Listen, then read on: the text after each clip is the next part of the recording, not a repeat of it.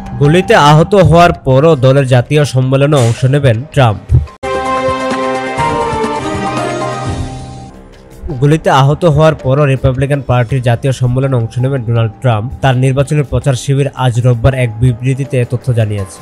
গতকাল শনিবার পেনসিলভেনিয়ার নির্বাচনী প্রচারকালে হামলার শিকার হন আসন্ন মার্কিন প্রেসিডেন্ট নির্বাচনের রিপাবলিকান পার্টির প্রার্থী ডোনাল্ড ট্রাম্প। হামলাকারীর ছোড়া গুলি তার ডান কানে লাগে, তাকে রক্তাক্ত অবস্থায় মঞ্চ থেকে সরিয়ে নেওয়া হয়। যুক্তরাষ্ট্রের উইসকনসিনের মিলওয়াকিতে 15 থেকে 18 জুলাই রিপাবলিকান পার্টির জাতীয় সম্মেলন হবে। এই সম্মেলনে ট্রাম্পকে আনুষ্ঠানিকভাবে রিপাবলিকান পার্টির প্রার্থী হিসেবে ঘোষণা করা হবে।